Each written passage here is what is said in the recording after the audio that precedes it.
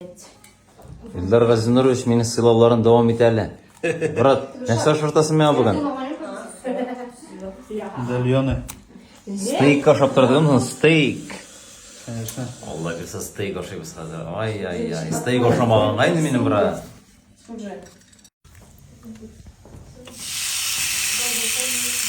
Bismillahirrahmanirrahim. Şuradan mısın brat bak?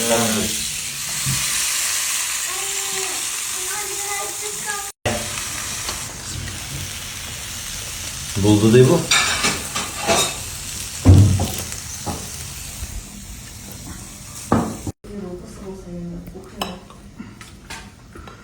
О, ара, брат.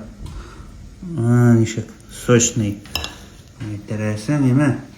Интересен. Интересен де, брат. Потом аласың.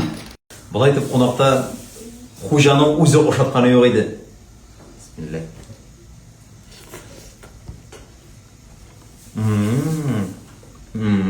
Нишек? Бомба ма? Бомба, конечно, брат. Кімді? Брат, че отырасың сен? Саған.